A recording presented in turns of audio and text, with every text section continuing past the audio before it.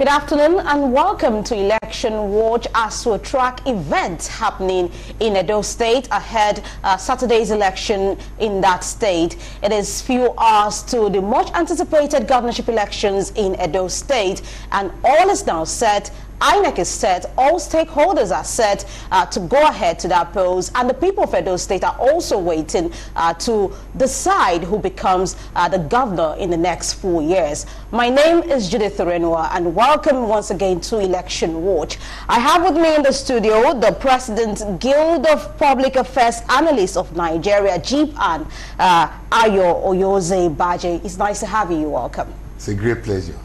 All right, and I hope you are pumped up for the elections in Edo State. It is a much anticipated one. Many Nigerians can't wait to see what happens tomorrow. What's your take? Thank you very much.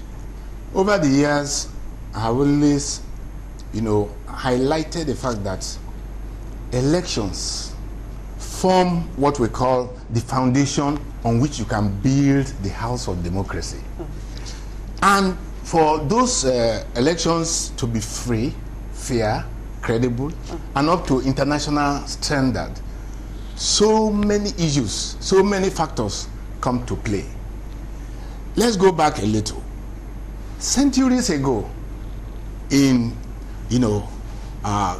some countries that were developing as empires, they were thinking about how will they ever have governments that will report to the people, whereby it's a pyramid, whereby we have at the bottom the wishes, the aspirations, the dreams and desires of the people. And then those at the top, who are their own representatives, will listen to what they have to say.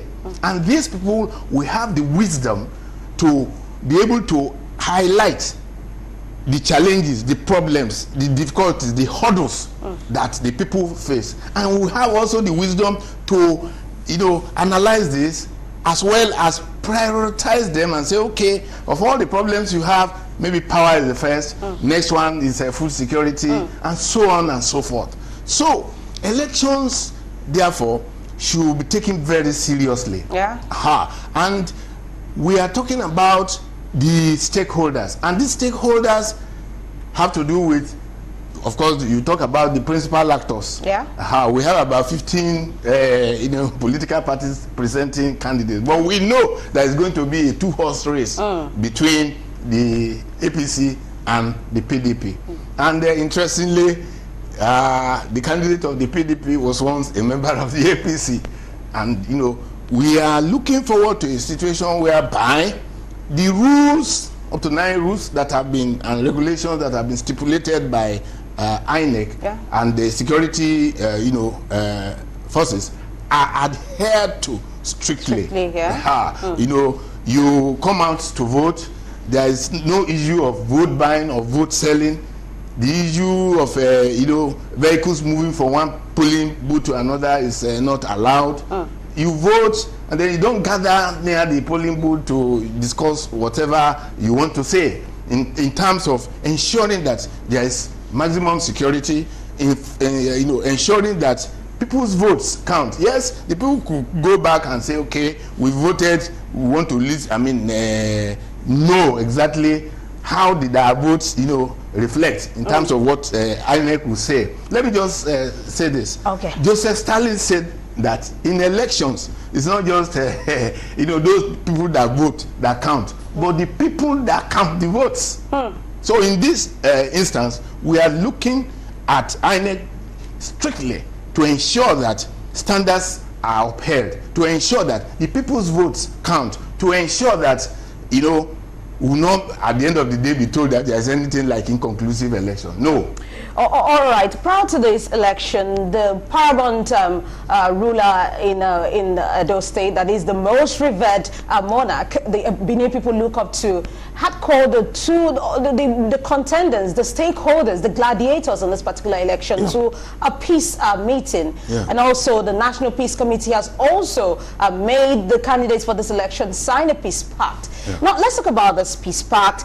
And also, we've been hearing reports of violence prior to during the campaigns, and also the CDD has said like 14 local government areas are actually hotspots for these elections. We have two peace pacts, so to say, at this point. Do you think with these peace pacts in place, we shouldn't be hearing or anticipating or be afraid of the possibility of violence before, during, and after the election? Thank you very much. Let's take note of some issues that have cropped up. Soon after the signing of the peace accord with the revered Oba of Benin, there were still, big bags, casting of aspersions, mudslinging between the APC candidate and the PDP candidate. And I think that one was a form of disrespect to the Obaship. If we look at it very critically, they should have stopped any form of, verbal exchanges again to ensure that, peace reigns. Secondly, we have had the report from the police and, some other concerned citizens that there were so many new and strange faces showing up in some parts of Edo, especially Benin City. Whatever the issues, one should be very, very careful. I'm talking about the security forces to ensure that only those that are accredited to vote. Also, to ensure that there is strict adherence to the fact that there should be no movement of vehicles. And we have a situation of what I used to call the culture of crass impunity. People do the wrong things and they seem to go scot-free. And it doesn't act as deterrence to others with evil minds. That is, how many Nigerians who have taken part in, ballot box snatching, political thuggery, all forms of infractions, how many of them have been brought to justice, as speedy justice at that? So, I think, and I've mentioned this, in my write-up, up to a month before this, that Nigerians, and not only Nigerians, the international community, they are all looking at this Edo election and looking for a situation whereby it should serve as a litmus test, ahead of Ondo governorship election, and then, of course, the 2023 general election. So, we have to caution every stakeholder that it shouldn't be this way. For me as a person, I've been here coming to stations of this nature, even starting with Galaxy during elections like this, 2003, 2007, 2011, and then the same issues keep recurring, the ugly decimal of, ballot box snatching, people killing themselves, one thing or the other happening because of elections. And it should not be like that. Let me say this. We have issues that have not been addressed, and they are fundamental issues. For instance, I have highlighted this in my book, Drumbeats of Democracy. The cost of accessing political power here in Nigeria is on the high side. And then when you want, you may have very good ideas that you want to serve your people, but when you present yourself, and then you have to look at so many factors. Majority carries the vote, and you want the highest number of people that will vote for you. And you may not have the money at your own disposal. So, some people will now kowtow, or they bend to the wishes of what? Some godfathers, or the caucus, or the cabal, as the case may be, in terms of those who control the powers, the political machinery of the state. Or if we are looking at the country as a whole, the nation. So, in this situation, what we want as concerned citizens, for instance, my own group, our group, the Guild of Public Affairs Analysts, we want a situation whereby politicians in their political parties, they should be able to come out between one election and the other and do a lot of voter education, but they don't do it. Instead, some of them are more interested in what? Giving out bags of rice, giving out loaves of bread, giving out whatever, and stipends, very insulting, 1,000 naira, 5,000 naira, so as to vote for a particular candidate. Shouldn't be. It should be there should be a level playing field whereby we can assess the gladiators, we call them. I don't like to use the word gladiators. Because we are not in an arena. Yeah, the people that have presented themselves, we look at them dispassionately. Can this fellow from his antecedent be able to deliver on his promises? That is one. And then, of course, are we going to have a better form of governance when we are looking at what has happened in the past 4 years or so? So these are issues that we can latch on and predicate the election. So the peace accord has been signed, all right, but then I don't think, if care is not taken, whether they will adhere strictly to it. In the issue of this Edo election, I see a situation of what we call the devil's alternative. Wherever the pendulum swings towards APC, swings towards PDP, there are likely to be challenges, to be problems, because it's winner takes it all. All right. Very well. Thank you, Mr. Ayo Oyozebaje, the President, Guild of Public Affairs Analysts of Nigeria, GPAN. And if you're just joining us, this is Election Watch, coming to you live from the studio of Galaxy Television, Lagos, where we are taking a look at issues ahead the governorship election in Edo State, which is just a few hours away. All right, you did talk about this issue, this recurrent issues we have in our elections.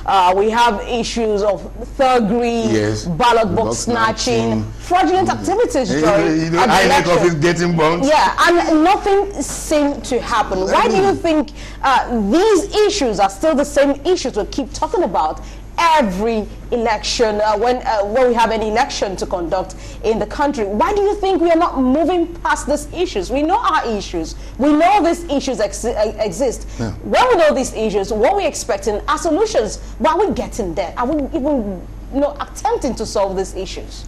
Let me take you back to the fundamentals. One, the current generation of Nigerians were never brought up to believe in the country called Nigeria. I used to say this. On October 1, 1960, I was in the primary 2.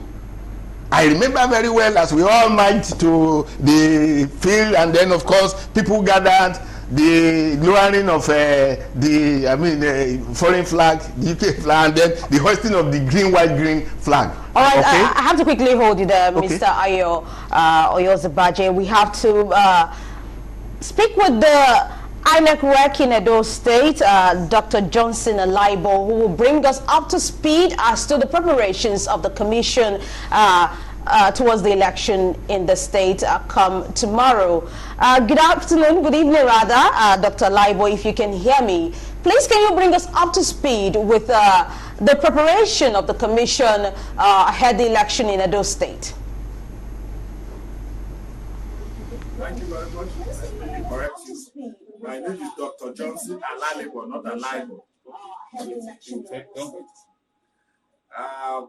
We in the INEC, we are ready for the elections tomorrow. We have completed 30 out of 14 activities that we set out for the elections, and we have completed all of them. Remaining only the elections and coalition to come tomorrow, and that will end the process. So I can give ourselves aid in terms of preparedness. This issue of the distribution of materials ahead the election, how soon will voting start, and if the sensitive materials have really gotten to the hinterlands, in Edo State as we speak?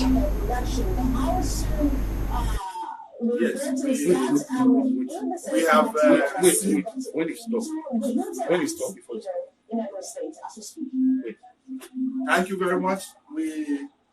We have received all the non-sensitive materials and the sensitive materials, and the non-sensitive materials left for the local governments from the states as at yesterday 3:30 p.m.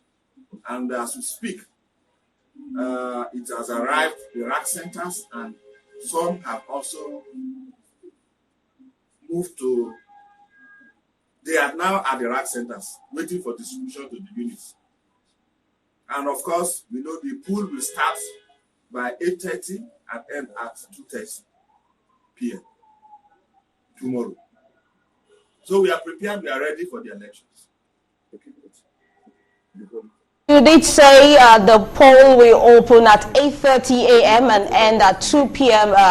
Tomorrow.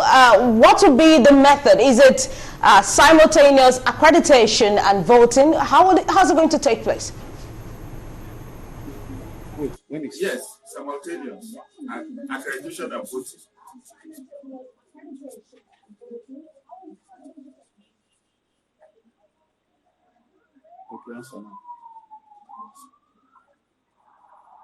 To ensure your votes count.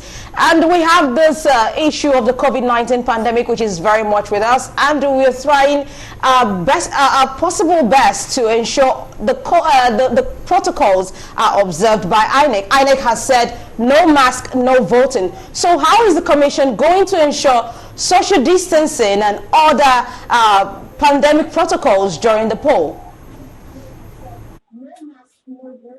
Yes, thank you.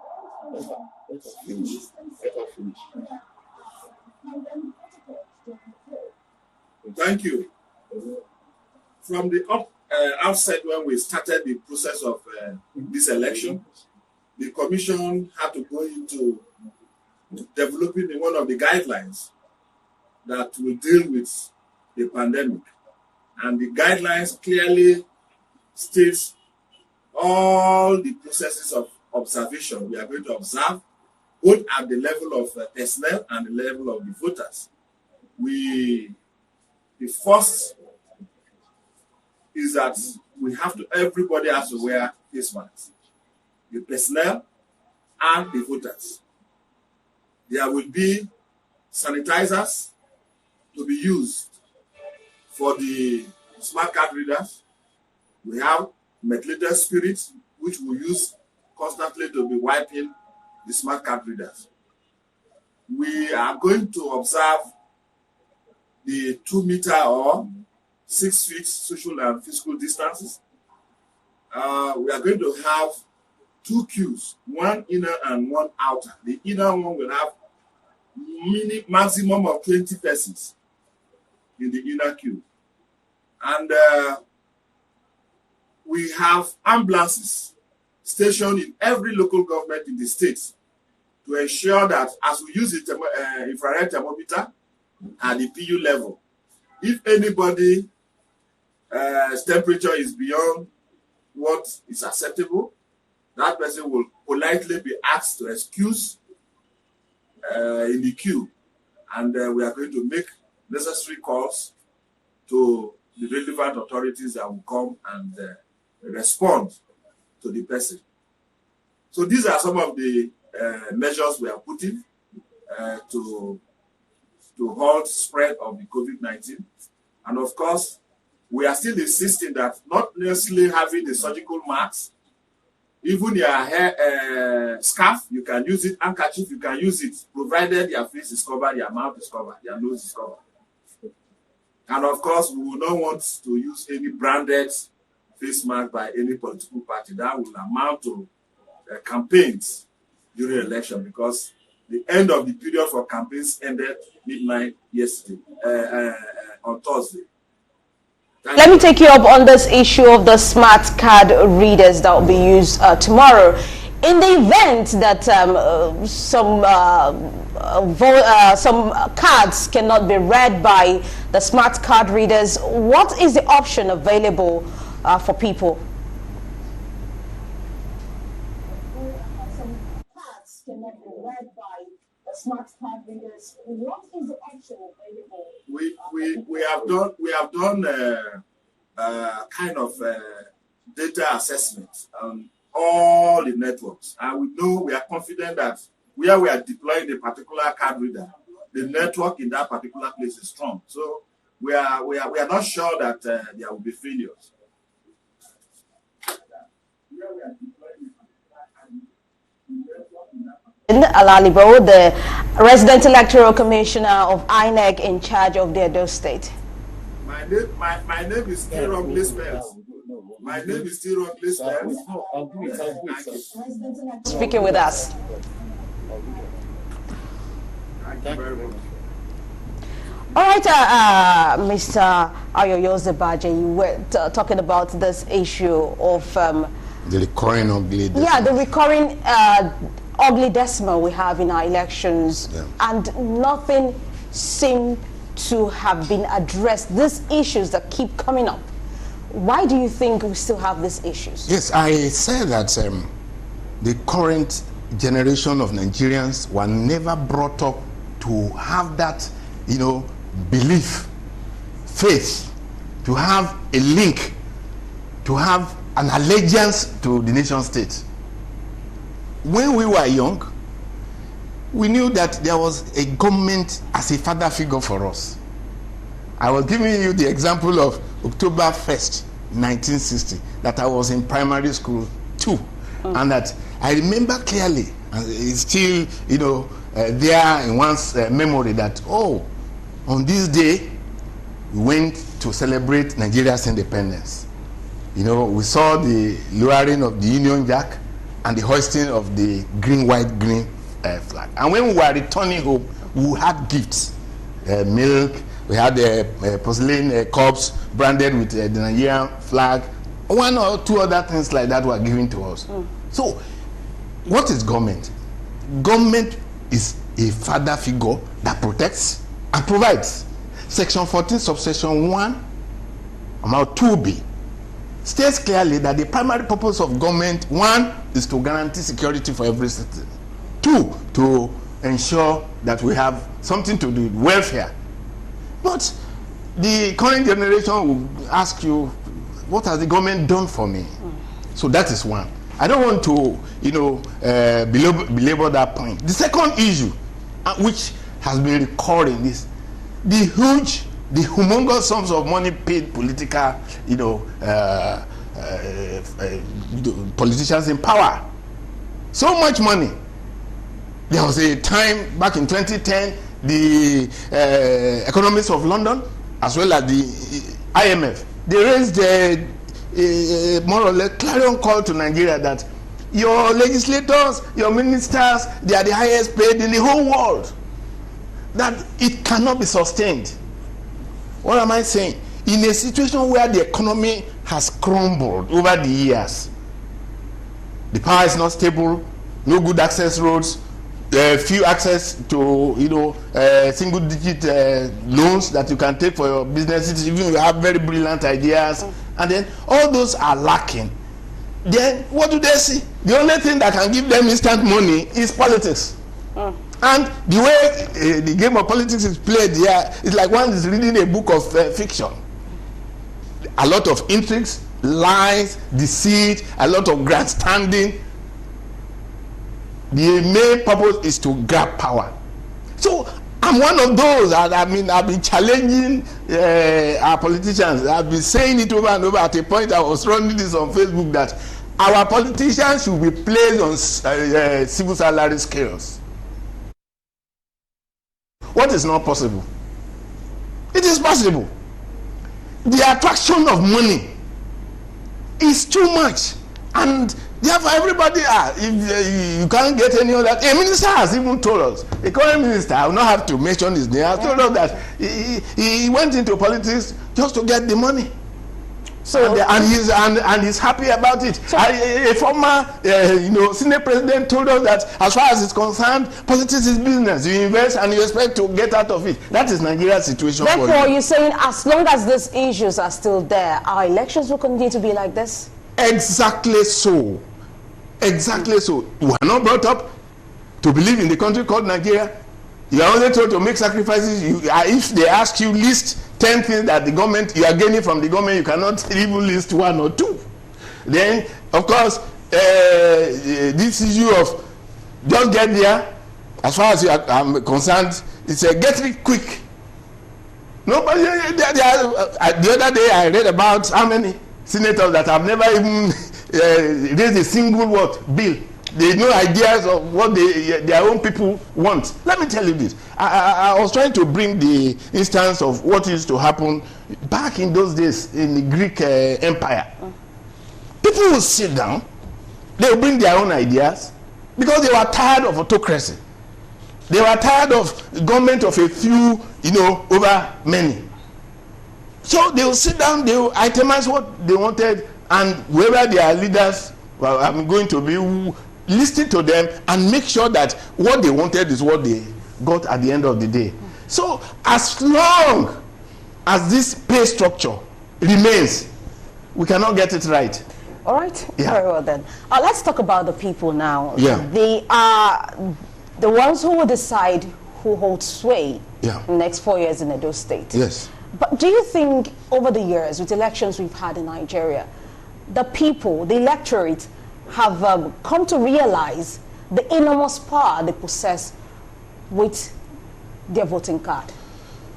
I had earlier mentioned the issue of a lack of, voter education. It's an issue which Japan is going to take up very seriously, because the political parties that are supposed to do that, they don't do it. So what do you find? The people themselves, they do not know their rights. They do not know their responsibilities. They do not, have any form of,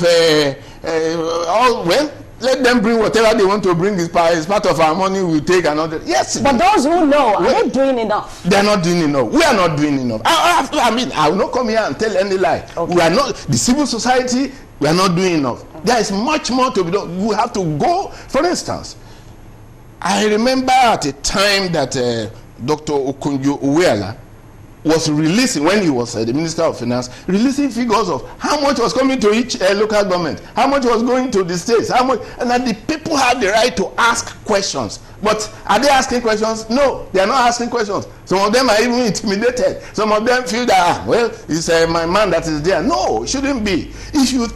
I used to tell people that worship leaders, I said, you have to change your mindset.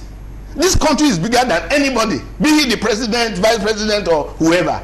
We are talking about Nigeria. Therefore, when we are talking about this country called Nigeria, and and we are so lucky, we are, awfully, the issues that crop up are things that were preventable in the first instance. So that if you know your rights and your responsibilities, you will put your leaders at task.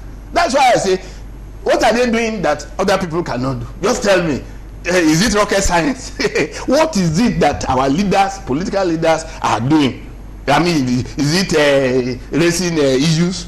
Is it debating that an average civil servant cannot do? So pay them civil salary scale. And then the issue of politicians leaving power and getting a pension. And just after 4 years in power, they will now tell you, you want to have a house, you want to have a humongous sums of money, they will still be paying you. No, it's not right. It is inimical to the health of the economy of this country.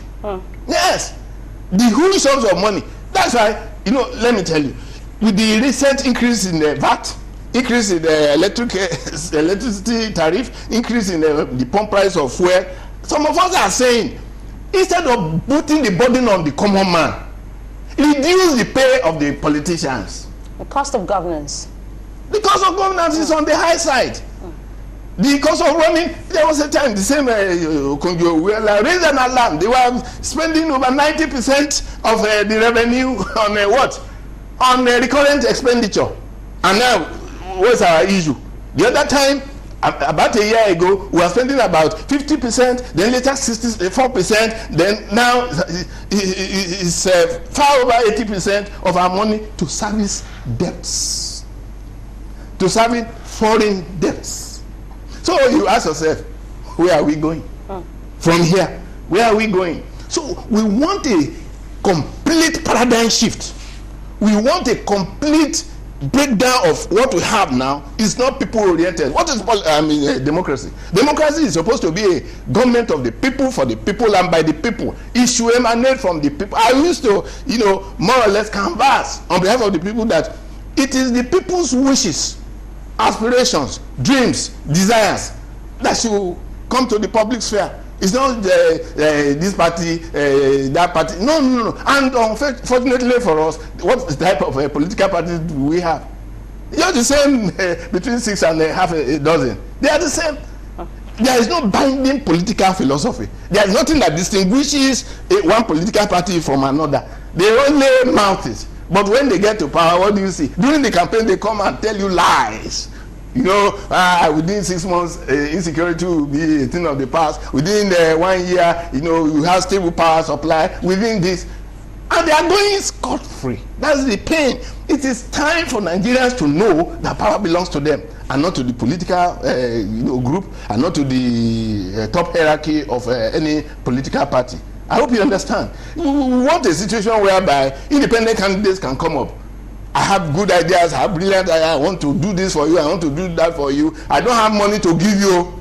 I don't have money to give you rice. I cannot buy bread for you. I cannot. But I'm ready to get serve. me there, but I'm ready to serve. Former President, Musa Yar'Adua said it. That what we need is servant leadership. Servant leadership. And you will recall that the man was so open that when he got to power, he admitted that even the election that brought him to power was faulty. So we need Nigerians that can sacrifice their whims and caprices for the good of all.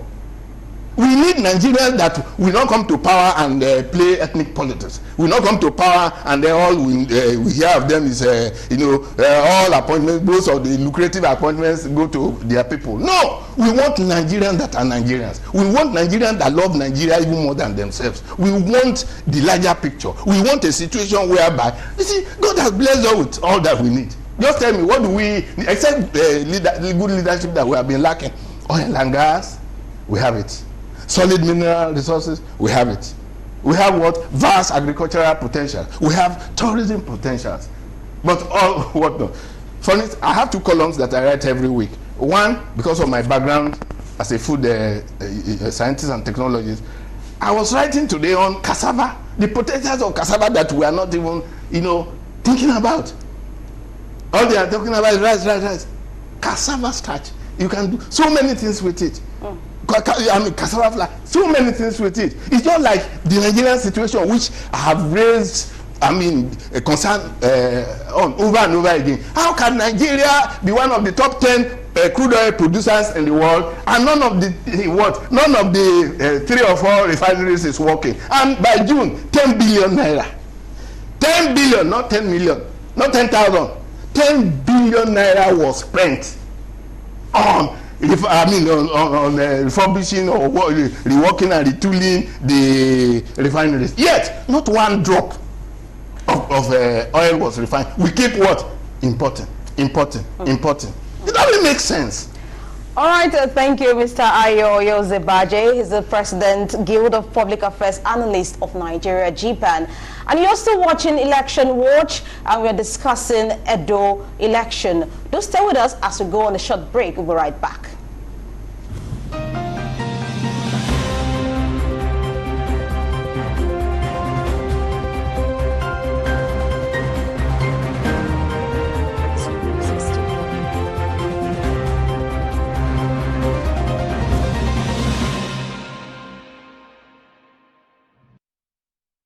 Parties will embrace the virtues of democracy by seeing election as a call to service by the people and not do or die affair. I, as well, employ parents and guardians to consent their children and wards to resist the unprofitable urge of being recruited by any politician for treachery and other acts of violence. I wish to reassure the political parties and indeed the good people of Edo State that the Nigeria Police Force, INEC, and other security agencies involved in the conduct of the election have met severally and commonly resolved in line with our respective oaths of office and allegiance to the Constitution of the Federal Republic of Nigeria that this election must be free, fair, credible, and conducted in a safe and conducive environment. Accordingly, you are all enjoined to conduct yourselves within the dictates of the Electoral Act and other relevant laws in order to avoid pitching yourselves against the law enforcement agents. In this regard, and for the purpose of emphasis, you are all to be guided by the following on the election day. 1. No one is allowed to wear any cloth, emblem, or color signifying any political party to the polling unit. 2. No person is allowed to move around with security personnel around the polling unit. Indeed, appropriate directives have been given for the withdrawal or scaling down of such security details around politically exposed persons and other personalities in the state until after the elections. 3. Everyone is enjoined to vote and return to their respective houses or remain peacefully within the approved parameters of the polling centers. 4. No one is allowed to move about from one polling unit to another, and there shall be restriction of movement on the day of the election. 5. Only INEC accredited election monitors, observers are allowed to move around for the purpose of the election monitoring, and they must all wear their INEC accreditation tabs.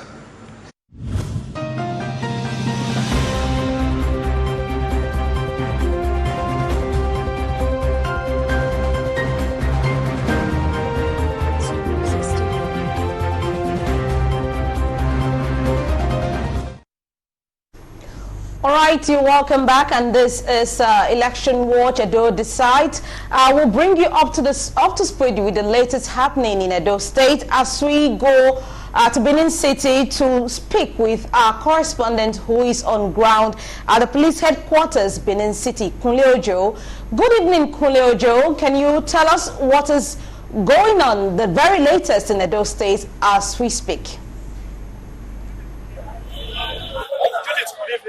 All Nigerians. It is quite unfortunate that we couldn't bring on the DIG in charge of operation, Neye Oyibade, with earlier set up in his office for a live interview on the situational report on the tomorrow's election. But a security report came in, he had to go hard with the GOC in charge of two divisions of the Nigerian Army, Bamidele Omonsoje, and other top officials that are concerned with this election. The land and serious security came in and yes, he's been out of the office and I speak with you. But the situation as at now is that security men have been deployed all across the state, all across Edo State ahead of tomorrow activities, which is the governorship election in Edo State. All the 18 local governments in the state security men have been deployed, made up of policemen, army, officials of the Nigerian Security and Civil Defense, and others, including members of the officials of the DSS and others. So as I speak with you, even within the state capital, Benin City, we have the detachment of security personnel at every nook and cranny and at every junction. They are performing check and stop and search within Edo City, not to talk of other interior. So before he left the office, left the office in a conversation with me, he said they are ready, the police are ready to ensure that the rights of the electorate are protected tomorrow, before, during, and after the election. So I can confirm to you that there have been adequate deployment of security men across Edo State ahead of tomorrow's election. 14 local government areas out of the 18 local government areas in Edo State are actually a flashpoint for potential violence before, during, and after the election. Did you take up the DIG in charge of this election up on this report? And when he stepped out with the GOC, did he specifically mention the area in which they got that security alert from?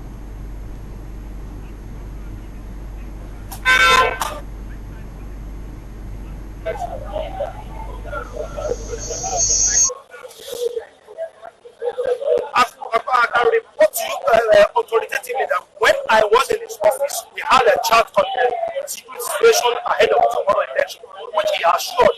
Also, earlier today, we met with some of the civil society groups where they allege that, like you have said, 13 local governments that are the trouble spots, which they've identified and they've called the security agencies in the state to keep their searchlight on this 13 local government area in the state.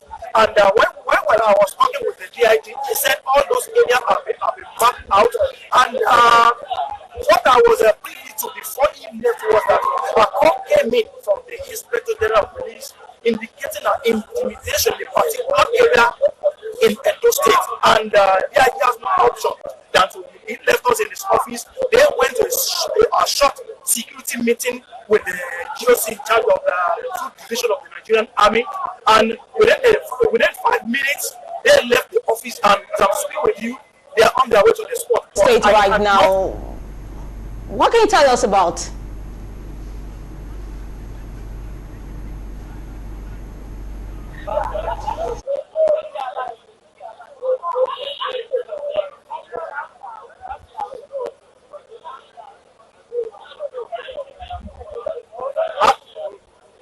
I moved around the state capital, the Benin City. I can report to you that the state capital is cool and calm. People are going about their normal business activities as expected. We programmed some part of the state this morning and this afternoon as well. I can confidently report to you that the situation is calm and people are eager and they are ready for tomorrow exercise. As I'm speaking with you, the Edo State is cool and calm. In Edo State. Do stay safe. All right, Mr. Ayo Oyozebaje, you heard. Yeah. According to the Center for Democracy and Development, 14 out of the 18 local government areas in Edo State are actually hotspots. And you heard what he said. The DIG had to leave office for a quick one with the GOC. What does this tell you? This tells us that Nigerians do not really understand, many of us do not understand the tenets, the principles, the ethos of democracy. If they do, I mean, ask yourself, why must there be violence because of election? In Ghana here and some other countries, elections go on in weekday, between Monday and Friday. And people go on, I mean, about their normal duties, and there's no all this brouhaha about 31,000 policemen. We don't need all this. I mean, my own take is that if more voter education is done, political re-engineering is done, people get to know their own roles that they are supposed. I mean, when you're talking about political power, that you and and others are what, part and parcel of government. If they understand that, then somebody will come to you and say, if you carry arms, bring your own children, let them be at the forefront. But their own children are where? They're outside the shores of Nigeria. So it has to do with reorientation. People have to understand what politics is all about. That was one of the reasons I was saying. One, we have to, bring up our children to know what Nigeria is, to know the history of Nigeria. I'm somebody that I've taken interest in the history of Nigeria back in my Form 1, then, Chaja Secondary School, in 1966. I took personal interest. And when I was at the university, the same thing. I, joined the, committees or clubs that were interested in Africa's history, because I want to understand where we are coming from, where we are, and where we are supposed to be. And that is why you see me talking like this. We are not where we are supposed to be. It is a very painful reality. So more and more needed. Let the people know that we are not supposed to be at this level. How can Nigeria be ranked as the world capital of extreme poverty? Not just poverty, extreme poverty. The world capital of where you have the highest number of school-age children that are out of school. Just last week, the report is that what? Nigeria has the highest number of deaths of under 5, children. All this should not happen where we have good governance. If the governance is pro-people, if the policies emerge from the wishes and the challenges the people are facing, we will not have this. So, but yeah, people just they are like cadasical about it. They just take it. It's a normal thing. Or you want to enter politics. You must be ready to sign to one oath or the other. You must be ready to lie. Must be ready to kill. What for? What will you tell your God on the judgment day? So these are the things that people have to, get to understand. So you see our children doing excellently well in several universities across the world. One, Yoruba boy, is one of the richest, just at the age of 26, robotic engineers in the world. What about Jelili Ali, that created the best Chevrolet electricity-driven car? And several Philip Emeagwali. Why? Do you know why? Because when they go outside this country, the enabling environment is there for them to excel. But here, the enabling environment is not here. It's not here. But we say, some of us are saying that it is still possible once we have a structure that favors the people instead of the politicians. All right, now the president on Thursday, in a statement issued by his senior special assistant on media and publicity, Garba Shehu, did say he's committed to free and fair election in Edo State, urging the stakeholders in this election to shun what he called the do or die mentality. This statement was issued on Thursday. Do you think beyond the statement, the president should, what do you think the president should have done? Well, I don't want to put words into your mouth. This is just coming on Thursday, and we know how things have been heated up in Edo State prior to this. Walk the talk. If you are a leader, walk the talk. It's not what you say that matters, but let people see that you do it, you believe in it, you have faith in it, and you personalize it. That is, personalize the virtues that you talk about. I'm not just singling out this issue. Very good. What he has said is exactly what we want. There is no need for violence. But I want a situation whereby even his party members do not exhibit that, characteristics of his do or die and all. I'm sorry to mention the issue of Oshomole. I was on another platform, and I did raise this issue. I'm somebody, I can concern Nigeria that feel that the role he had played shouldn't have been. Was he the APC chairman? No more. Was he a governor? No more. The same person that said that he had come to put an end, nail the coffin of what? Of godfatherism, has come to really exhibit godfatherism. And all this tension emanated from there. Do you understand? If he had just laid back, like some of the progressives among the APC governors have said, that he should just stay, behind and let Ize Yamu and his own supporters drive the process of electioneering. But his own activities, they have, more or less ignited the tension that we are having today, and I don't like it. All right, talking about this tension, which we are hearing reports according to the Center for Democracy and Development, which I cited earlier, saying 14 local government areas. Imagine if your area is one of those areas listed by the CDD. What do you think will happen to voters who really want to go out there to perform their civic responsibility? What do you envisage in a situation like that? At the beginning, I had this same fear that, this tension is too much. Edo State is referred to as the heartbeat of the nation. And I said, no, well, very good acronym, or description of it, but I don't want a situation where the heartbeat will rise to that of high blood pressure. So, it is, there should be a level playing field. In fact, the situation has reached to that crescendo whereby we have left the substance to chase the shadows. What is the substance? Let's concentrate on what does Ize Yamu say he wants to do. Let's look at he says it's simple. He will tackle security. Issue of security is one. Then I stands for infrastructural development. And the manifesto of all the contenders. That is what we should have focused on. The people themselves, they should focus on it. I know some Nigerians that they will never take money from any politician. They will never take any gift from any politician. They will even vote for people that others think are not popular.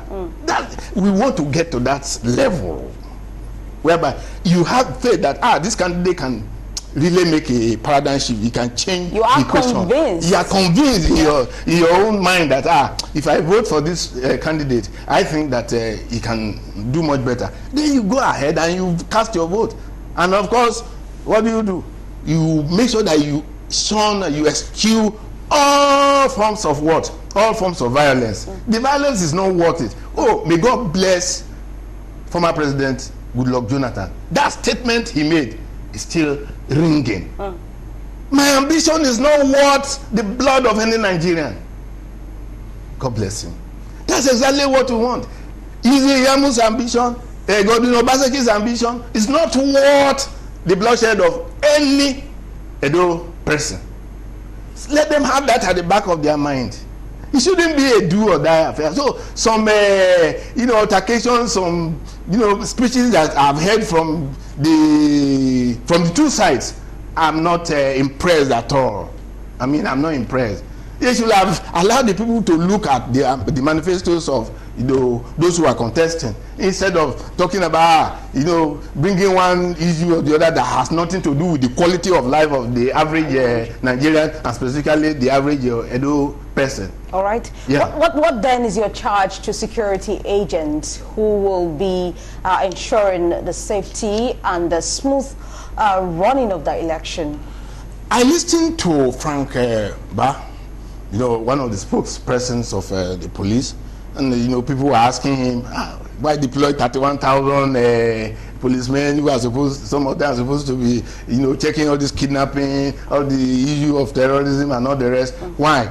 And he explained in a very brilliant and convincing manner that it is better to have excess of them than to say no, we don't even have enough to counteract whatever gimmicks, antics that the politicians want to play. Now, with those number, that's 31,000 policemen, he also said something that is very instructive. That is, if 3 policemen are going to a particular polling unit, there will be some other policemen of higher cadre that will be monitoring the activities of those policemen there to ensure that they do not play any negative role, to ensure that they are not used by any politician. I think I like that very aspect. And I think, one thing I would suggest is that long before the elections, stakeholder meetings, that you take proactive and preemptive measures. What you think will happen, you start highlighting them and that's why this voter education that we don't have. Like I told you, by God's grace, JPAN will spearhead it, and I'm sure other civil rights groups and other civil society groups will try and key into it. People ought to be, informed, to be told that no, you don't need all this. All those people that have been imported from neighboring states into Edo now with arms and ammunition, we don't need all those ones. Key into the, fatherly advice, the wise counsel from Goodluck Jonathan. No politician's ambition in Nigeria should what the blood, just one drop of any citizen. Who says a Nigerian should die from preventable causes? Who says? We shouldn't. God has blessed us. So all we need are leaders that will what? Subjugate, subsume their whims and caprices, their greed, their selfishness for the good of Nigeria. That is what we need. And we have people that are getting there, but what? That have all these, characteristics. But the problem is what? The access to that political position is filled up with thorns. Right. It is, one that unless you are ready to, bend to the antics of other politicians, the richer ones, you are not going to get there, even with your very good ideas. But we pray and we hope and we have to keep, asking for it, that we want government that is poor people. We want government that will get their policies and programs from what? The wishes and the challenges that the people are facing. And we want a situation, let me say this again, stop worshiping any leader. Stop praising any leader. What are they there for? They are there for you. All right. Very well then, thank you, Mr. Ayo Oyozebaje. He is the President, Guild of Public Affairs Analysts of Nigeria, GPAN. We also had on the show the Resident Electoral Commissioner of INEC in charge of the Edo State election, Dr. Johnson Alalibo, and we also listen to our correspondent who brought us up to speed with the very latest in Edo State. And I hope the people of Edo State are ready to go out and cast their vote tomorrow in a very, very peaceful manner, like Mr. Oyoze has said. No, the ambition of any politician is actually not worth your blood.